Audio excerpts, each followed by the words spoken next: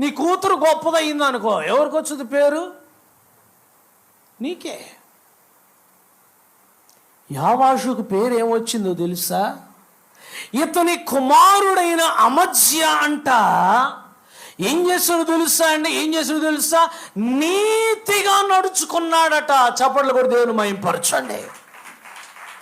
హల్లెలూయా. యావాషు కుమారుడు నీతిని అనుసరించి నడుచుకున్నాడని బైబిల్లో రాయబడి ఉంది. నీ కుమారుడు వాక్యం అనేటువంటి బండకు వేసి నువ్వెప్పుడైతే క్రమపరుస్తావో నువ్వు ధన్యుడివి. నీ బిడ్డలు నీతిని అనుసరించి నడుచుకుంటారు.